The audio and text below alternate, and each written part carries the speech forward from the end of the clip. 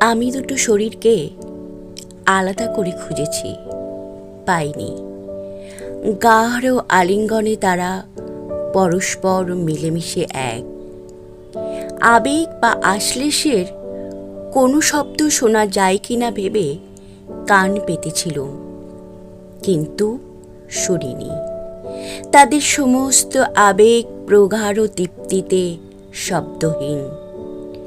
ওপরে নিঃসীম নীল, বাদিকে টিলা, টিলার পদপ্রান্তে অফুরান সবুজ।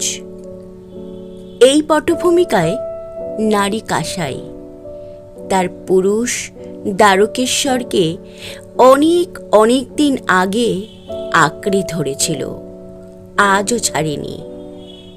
এত দীর্ঘদিন পরস্পর পরস্পরে মগ্ন হয়ে থাকা একমাত্র নদী পারে, মানুষ পারে না।